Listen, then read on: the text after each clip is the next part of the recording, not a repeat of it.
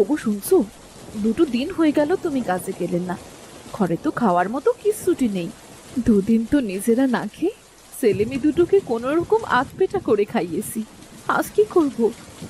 কি করব বলো গিন্নি? 2 দিন ধরে তো বর্ষা, কোনো সময়ই তো থামলো না এই বর্ষা। তাহলে কাজে যাব কি করে? আর যদি যাইও তাহলে আমাকে কে কাজ দেবে? মাঠে যে কাজ করতে হবে এমন তো কোনো কথা নেই। একটু বাইরে গিয়ে অন্য কোনো কাজ খুঁজলেও তো পারো। এভাবে কাজ না করে বসে থাকলে তো আমাদের না খেয়ে মরতে হবে। বর্ষা মাথায় কেউ কাজ দিতে চায় না, তাহলে ভিজে পুড়ে বাইরে গিয়ে কি করব বলো তুমি? ঘরে বসে থাকলে তো আর কেউ ঘরে এসে কাজ দেবে না। কেউ কাজ দেবে কি না দেবে সেটা তো বাইরে গেলেই বুঝতে পারবে। এমন ঘরের মধ্যে বসে থেকে না খেয়ে মরার চেয়ে ভিজে পুড়ে বাইরে যাওয়া যায় অনেক ভালো। তোমাদের মতো বউদের এই এক জ্বালা, ঘরে বসে থাকতে দেখলেই তোমাদের গা জ্বালা করা শুরু করে।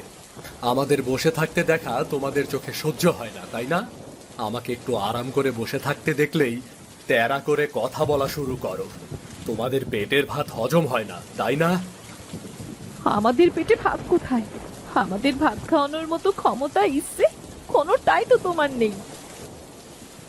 না, আমার তো খুব শখ। আমি আমার বউ ছেলে মেয়েদের না খাইয়ে রাখবো, তোমাদেরকে ছেঁড়া কাপড় পরিয়ে রাখবো। ইচ্ছে আছে কিনা জানি না, তবে তোমার ভাবগতি দেখলে তো তেমনটাই মনে হয়। সেই বিয়ের পর থেকেই দেখছি কাজে যাওয়ার প্রতি তোমার কোনো মন নেই। ইচ্ছে হলে যাও, না হলে ঘরে পড়ে পড়ে ঘুমাও। তোমাদের দিতে পারলে খুব ভালো, আর না দিতে পারলে তোমাদের মুখের দিকে তাকানো যায় না। কি দাও? বলো তো, বলো তো শুনি। দুবেলা দুমুঠো ভাতও খেতে দিতে পারো না। ছেলে মেয়েদের কোনোদিনও পেট ভরে খাওয়াতে পারি না। অত বকো না তো গিন্নি। আমি তো নিজে পেট ভরে খেয়ে তোমাদের না খাইয়ে রাখি এমন তো নয়। কাল যাব কাজে, দেখি কাজ পেলে চাল ডাল নিয়ে আসবো। আমার তো বকতে আর স্বাদ জাগে না। ছেলে মেয়ে দুটোর মুখের দিকে যে তাকানো যাচ্ছে না। না খেতে পেয়ে মুখগুলো কেমন শুকিয়ে গেছে। হ্যাঁ, তা তো গেছে। বলছি তো আজ একটু কষ্ট করো, কাল কাজ করে সবকিছু নিয়ে আসবো। তুমি যদি ঠিক মতো কাজে যেতে তাহলে আমাদের সংসারে এত কষ্টই থাকতো না। এত খাবারের জন্য কষ্ট করতে হতো না আমাদের। মা, ও মা, দুপুরে তো বলেছিলে রাতে ভাত খেতে দেবে। এখন খেতে দাও না মা, খুব খিদে পেয়েছে। আর তো সহ্য করতে পারছি না মা। মা, এখন কিন্তু ভাত খেতে দিতেই হবে, না হলে কিন্তু একদমই হবে না। মা, খুব খিদে লেগেছে, অল্প একটু ভাত দাও না মা। এই তো দেবরি বাবা, দেখ আমি রান্না করছি। একটু বস, এক্ষুনি হয়ে যাবে। এই নে, তোরা একটু পানি খাতো। মা, তোমার কাছে ভাত চাইলেই তুমি শুধু পানি খেতে বলো। পানি খেলে কি পেট ভরে? মা, শুধু পানি খেলে তো পেট ভরে না, অল্প একটু ভাত দাও না মা। এই তো মা, রান্না হয়ে গেলেই তোকে খেতে দেবো। এখন একটু পানি খেয়ে শুয়ে থাক। রান্না শেষ হলেই আমি তোদের ডাকবো। ঠিক আছে, দাও মা।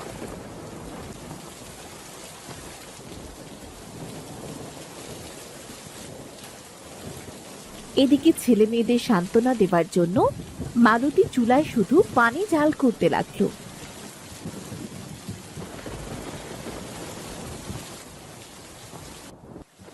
কি গো মা, এত দেরি হয়ে গেছে, তাও তোমার রান্না হচ্ছে না যে? এই তো মা, আর একটু দেরি কর, অল্প সময়ের মধ্যেই হয়ে যাবে।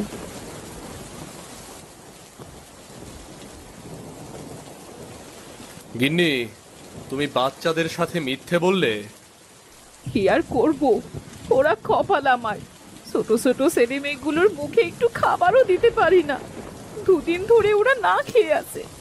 কি বলবো আমি, ঘরে যে কোনো খাবার নেই। কেঁদো না গিন্নি, আমি আমার ভুল বুঝতে পেরেছি। কাল থেকে আমি প্রতিদিন কাজে যাব, মন দিয়ে কাজ করব। কাল বাচ্চাদের জন্য খাবার নিয়েই বাড়ি ফিরব। আমাদের এই অভাব যে কবে দূর হবে? সৃষ্টিকর্তার কাছে তো বেশি কিছু চাই না, বাচ্চাদের মুখে শুধু দুবেলা দুমুঠো খাবার তুলে দিতে পারলেই হলো।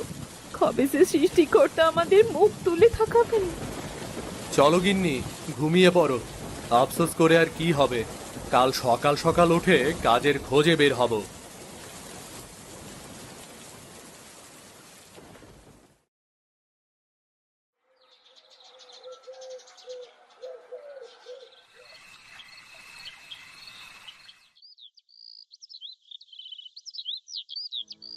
গিন্নি, আমি কাজে গেলাম। যত তাড়াতাড়ি পারি খাবার নিয়ে আসব। তুমি ছেলে মেয়েদের একটু বুঝিয়ে সুঝিয়ে রেখো। আজ যদি খাবারের ব্যবস্থা না করতে পারি তাহলে আমি বাড়িতেই আসবো না। আমাদের খাবার লাগবে না, কাজ না পেলে তো আর জীবন দেব না।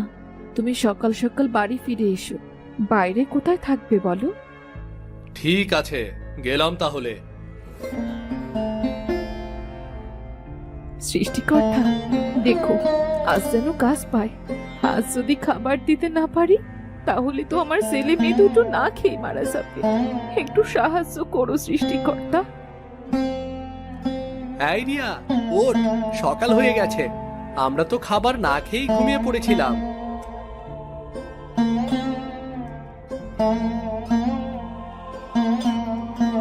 মা, ও মা, আমাদের খাবার দাও। কাল তো আমরা না খেয়ে ঘুমিয়ে পড়েছিলাম। ও মা, তোরা তো ঘুমিয়ে পড়েছিলি, আর এই জন্যে আমি আর তোর বাবা সব ভাত খেয়ে ফেলেছিলাম। মা, আমাদের জন্য একটুও রাখুনি? না রে বাবা, তোর বাবা কাজে গেছে।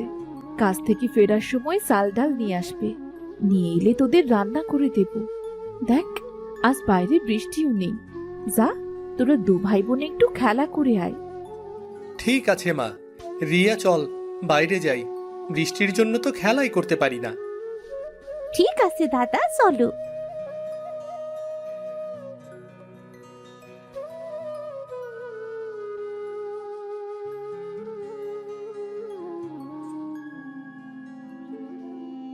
কিরে দিনেশ, আজ এত সকাল সকাল কোথায় যাচ্ছিস? কাজের খোঁজে বের হয়েছি গো দাদা। কি বললি? তুই কাজের খোঁজে বের হয়েছিস, তাও আবার এত সকালে? আমি ঠিক শুনছি তো? হ্যাঁ, ঠিকই শুনছেন। আজ দুদিন ধরে বৃষ্টির জন্য বের হতে পারিনি। ঘরে কিচ্ছুটি নেই। বউ ছেলে মেয়ে নিয়ে না খেয়ে আছি। আমাকে কাজ দেবেন? একটুও ফাঁকি দেব না। আমার দুটো পুকুরে পানায় ভরে গেছে। পুকুর দুটো পরিষ্কার করে দিবি? 400 টাকা দেব। হ্যাঁ দাদা, দেব। আমার খুব টাকার দরকার। তাহলে চল আমার সাথে।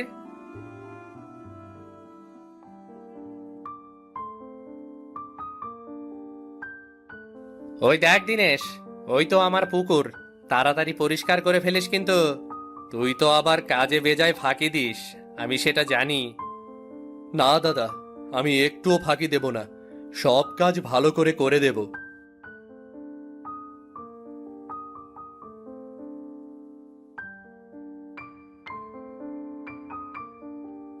বাহ দিনেশ, তুই তো খুব সুন্দর করে পরিষ্কার করেছিস। যাক, আজ মনে হচ্ছে কাজে একটুও ফাঁকি দিসনি। এবার থেকে কোনো কাজ করাতে হলে আমাকে একটু খবর দিবেন বাবু। আমি সব কাজ মন দিয়ে করে দেব। আচ্ছা বেশ, এমন ভাবে যদি আগেও কাজ করতিস তবে তোকে কাজ থেকে আর বাদ দিতাম না। নে, ধর তোর টাকা। আপনাকে অনেক ধন্যবাদ। আপনি আমার অনেক বড় উপকার করলেন। আমি তাহলে আসি। ঠিক আছে।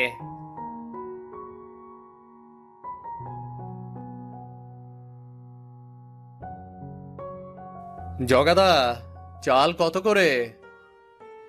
নিয়ে যা, 30 টাকা কেজি। আজকে 10 কেজি দাও তো দেখি। কি রে দিনেশ, আজ একসাথে এত চাল কিনছিস? কি মনে করে কিনছিস? হাতে কি টাকা পেলি নাকি অনেক? তা বলতে পারো জগাদা। অনেকদিন পরে কাজ করলাম, এখন থেকে ভাবছি কাজ আর বাদ দেব না। খুব ভালো চিন্তা করেছিস। পুরুষ মানুষ কাজ না করলে পুরুষ থাকে নাকি? নে, এই নে তোর চাল। দাও। আর এই নাও তোমার টাকা। যাই গো জগাইদা, যাই। দিনেশ চাল কিনে বাড়ির দিকে হাঁটতে লাগলো। রিয়া, ওইখানে দেখ, পানি জমেছে। চল আমরা পানির মধ্যে গিয়ে খেলা করি। হ্যাঁ দাদা চল। এই রিয়া, মনে হচ্ছে পানিতে চিংড়ি মাছ আছে রে। দাদা আমার এই ওড়না দিয়ে জল ধরি, বাড়ি নিয়ে গেলে মা রান্না করে দেবে আর আমরা মজা করে খেতে পারবো। ঠিক আছে চল। বাবা রিয়া, আমরা তো বেশ চিংড়ি মাছ পেয়েছি, চল এবার বাড়ি যাই। দাদা দেখ কি সুন্দর ফুল ফুটে আছে, আমি ওই ফুলগুলো নেব দাদা। ওই তো কচুর ফুল, ও ফুল দিয়ে তুই কি করবি? আর কচুতে তো হাত চুলকাবে রে। না না চল না, ফুলগুলো নিয়ে যাই। ঠিক আছে চল। রিয়া ও রাজু বেশ কিছু কচুর ফুল তুলে আনলো। চল রিয়া, অনেকগুলো হয়ে গেছে, এবার বাড়ি যাই।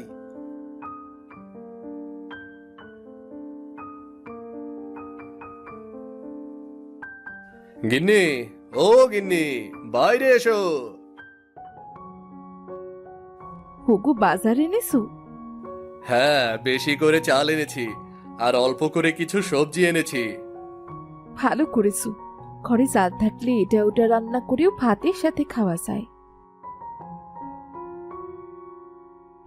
মা, ও মা দেখো, এই আমরা কি এনেছি। কিরে, তোরা আবার কি এনেছিস? এই দেখো মা, আমরা চিংড়ি মাছ এনেছি।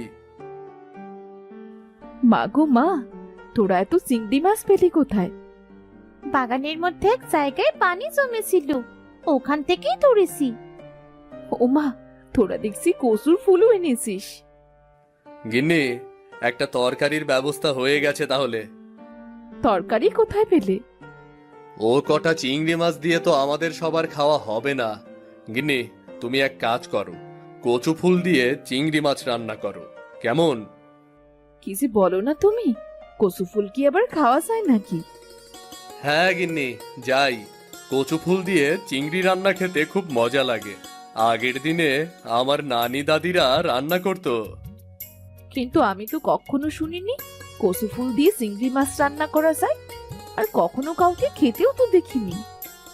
হ্যাঁ গো, আমি ছোটবেলায় অনেক খেয়েছি কচু ফুল দিয়ে চিংড়ি রান্না, খেতে ভীষণ মজা।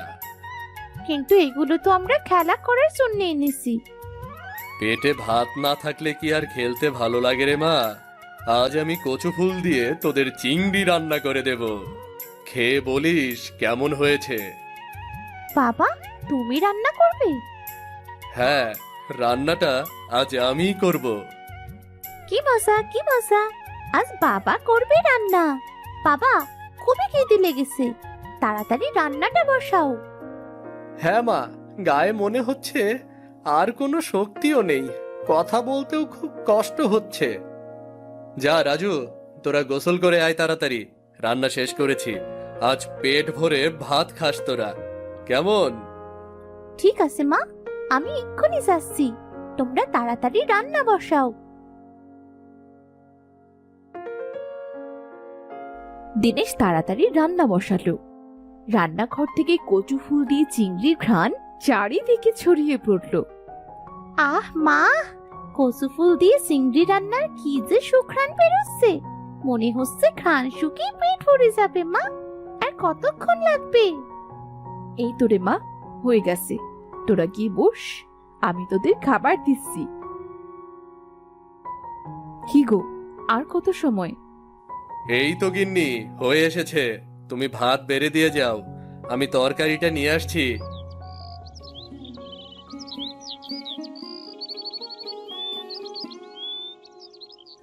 আহ গিন্নি, কি মজা যে লাগছে, ছোটবেলার সেই স্বাদ যেন ফিরে পেলাম।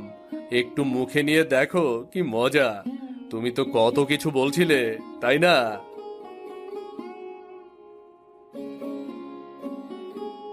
আহ, আসলেই তো কচু ফুল দিয়ে চিংড়ি রান্না তো খুবই মজা। আগে তো এমন মজার তরকারি কখনো খাইনি। হ্যাঁ মা, খুব মজা হয়েছে। সত্যি বাবা, তোমার হাতে জাদু আছে। কিরে দাদা, তুই আমাকে কচু ফুলগুলো তুলতে বারণ করেছিলি না? আমি যদি ফুলগুলো না তুলে আনতাম তাহলে কি এত মজার খাবার খেতে পারতিস বল? আমি চিংড়ি মাছগুলো না আনলে কচু ফুল এত মজা লাগতো না, বুঝলে? হ্যাঁ, চিংড়ি না দিলে কচু ফুল খেতে মজা লাগতো না সত্যি। হ্যাঁ, কচু ফুলগুলো না থাকলেও তো আমরা শুধু চিংড়ি দিয়ে পেট ভরে ভাত খেতে পারতাম না। হ্যাঁ, সবাই মিলে কষ্ট করেছি বলেই তো আজ আমরা সবাই একটা ভালো খাবার খেতে পারছি। হ্যাঁ, সবাই পেট ভরে খেতেও পারলাম আর একটা নতুন খাবারের কথাও জানতে পারলাম। গিন্নি, আজ ভরা পেটে একটা শান্তির ঘুম দেব। খালি পেটে তো ভালোভাবে ঘুমও আসে না, বুঝলে? তুমি তো সবসময় তোমার ঘুম নিয়েই ব্যস্ত থাকো। বাবা, এভাবে আমাদের মাঝে মাঝে কচু ফুল দিয়ে চিংড়ি রান্না করে খাওয়াবে কিন্তু। আমরা বাগান থেকে কচু ফুল এনে দেব, আর আমি বাজার থেকে কুচো চিংড়ি এনে দেব। তোমরা সবকিছু এনে দিলে আমিও কচু ফুল আর চিংড়ি দিয়ে মজা করে রান্না করে দেব।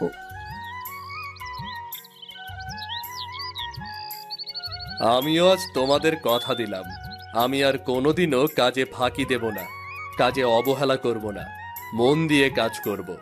আর তোমাদের যাতে কোনো কিছুর অভাব না হয় সেই চেষ্টা করব আমি। রাজু, রিয়া, কচু ফুল দিয়ে চিংড়ি রান্না তো মনে হচ্ছে আমাদের কপাল খুলে দিয়েছে। এতদিনে তোর বাবার কাজ করার সুবুদ্ধি হয়েছে। হ্যাঁ মা, আজ থেকে আমরা আর খাবারে কষ্ট করব না। আমাদের বাবা খুব ভালো হয়ে গেছে, বুঝলে? সত্যি রে, সত্যি।